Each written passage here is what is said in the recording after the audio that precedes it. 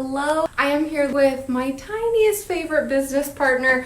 Hopefully he cooperates. We are going to be chatting 5 mistakes you're making at vendor events and why they actually might be a waste of your time, money, and effort. I also have 4 free lists for you, so pay attention. My name is Stephanie Parisi, and I love helping busy moms in network marketing, or maybe you just have a small business and you want to grow your influence and your profits using social media strategies that actually work. Mistake number 1, should you be even doing them? Okay, this is absolutely critical.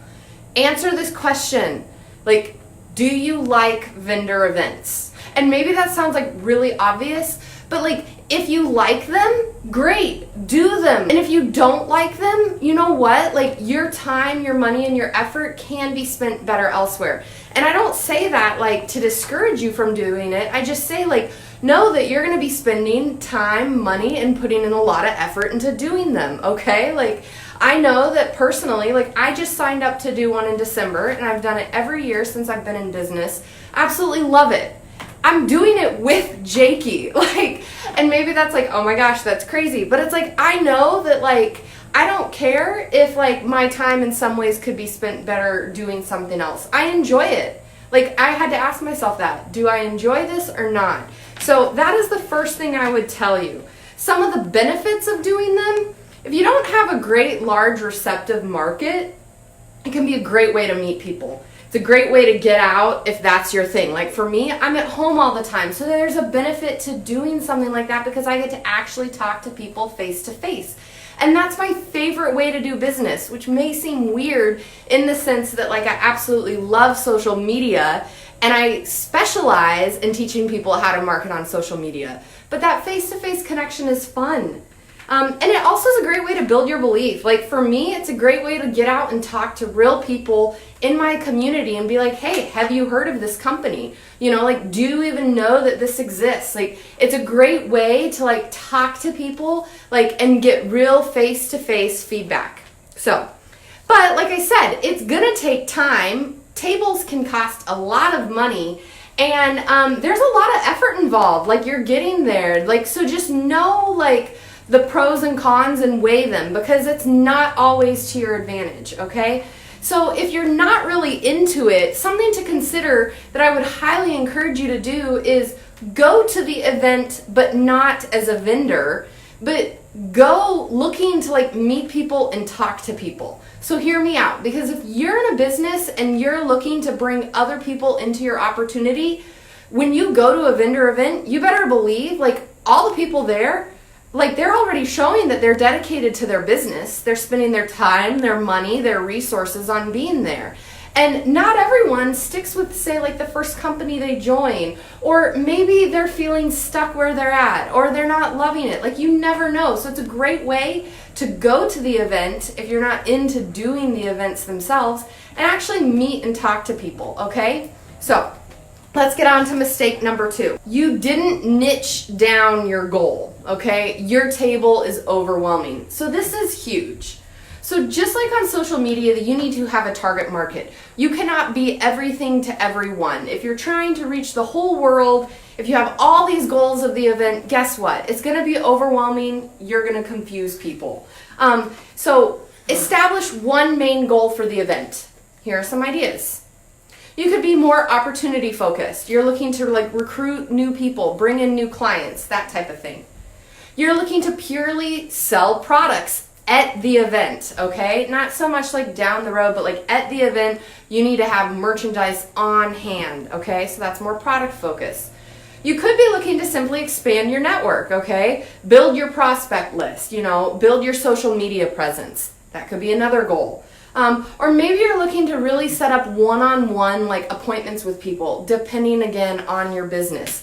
So these are just such a few ideas, but, you know, there's a lot of information out there, but all I would say is if you're trying to do everything at the event, you're not going to succeed well in any area. So I would really gear it towards one goal, okay? So, like, for instance, at the event Jakey and I are doing in December, I'm going to really focus on, like, just expanding and meeting people. So I have bra pong. You may have never heard of it. It's like a fun thing that I'm gonna have for people to do, but it's something that will work at the event that'll bring people up to my table just to simply talk to them, right? Like, so it's all about just really getting to have those conversations, whereas I'm not going to be like demonstrating all my products per se, trying to have people buy a bunch of stuff there.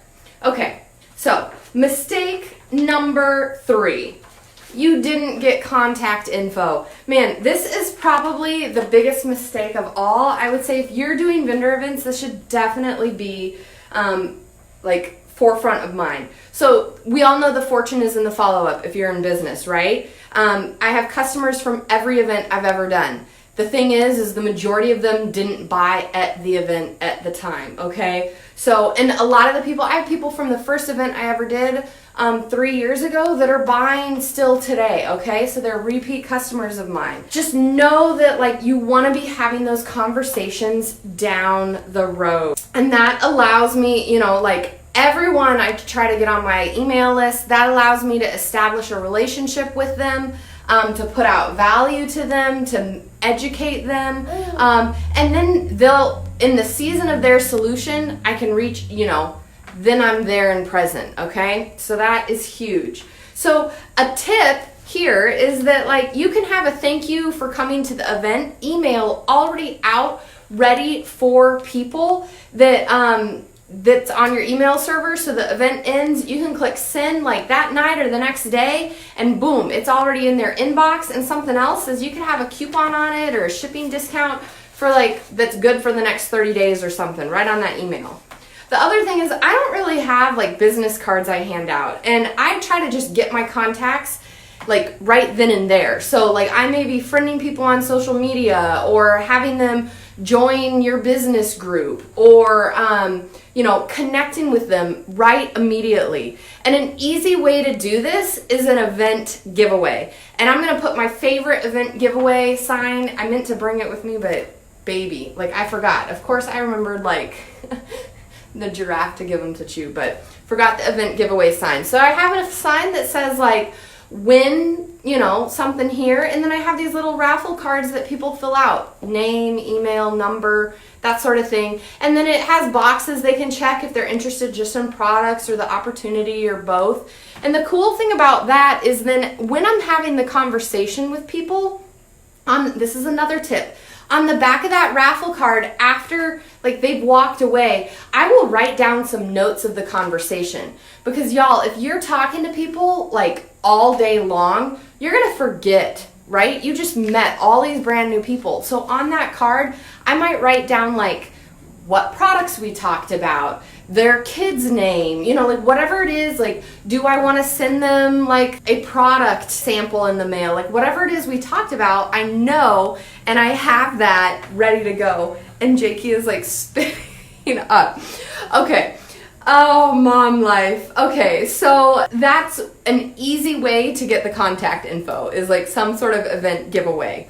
And you can do a great event, you know, the better the giveaway, the more people you're gonna have like entering it to some extent.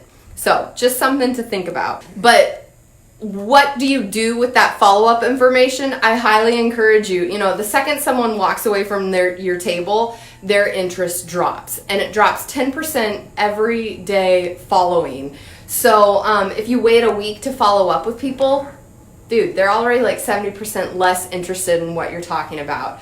So I like to follow up right away the next day, and what I do is I simply like say, you know, like I have my one winner of the giveaway, and then everyone else is a runner-up winner. And I say, hey, you didn't win the main prize, you know, this person won the main prize, but I would love, you're a runner-up winner, I would love to send you a free sample or whatever it is, and then I drop that in the mail to them and that type of thing. And so those are the people, that's how I do my follow-ups from events. Mistake number 4.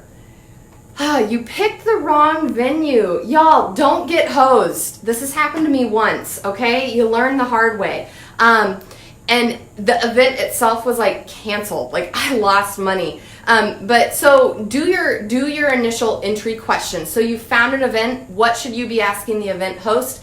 this is one of the lists I'm going to send y'all. Because if no one shows up, if it's crickets, if you overpay, those are all things you want to know. Like, are they going to have repeat vendors, that type of thing. So I have a list of questions that you should be asking the event host. I will send that to you. Mistake number 5. I'm sorry, but you're turning people off. Like, you're talking their ear off. So don't stand behind your table. If you can, stand in front of it. But I like to go on what's called the 2-second rule. It's great advice. I read it several years ago. But when someone is walking by and they glance at your booth, start counting. 1, 1,000, 2, 1,000. And if you get to 2 and they're still looking at count 2, okay, then speak to them and ask them a question. And if you want to know the question, I'll let you know in a moment. But so you need to open the conversation up with a question and engage them in conversation. And if they aren't if they're not interested, they'll say no right away. And it's okay to let them pass on, right? Because it's not worth like having a conversation with someone if they have zero interest to begin with, right? Like, not everything you're selling is for everyone. Again, you have a target market. But what I found is, after 2 seconds, if they're still looking, they're probably interested. And so then you can have that conversation, talk to them. They may be interested in learning more. So what do you ask? Well, that's on one of my lists for you. So I have a list of just simple questions that are all about the person, right? Because you want to be adding value, engaging them in conversation, and listening to what they're saying. This is key. And that way you can start to establish a relationship. 5 mistakes that you're making. You're doing events and you don't even like them. You didn't niche down your goal. You didn't get your contact info and you have no way to follow up. You wasted your time and your money on the wrong venue.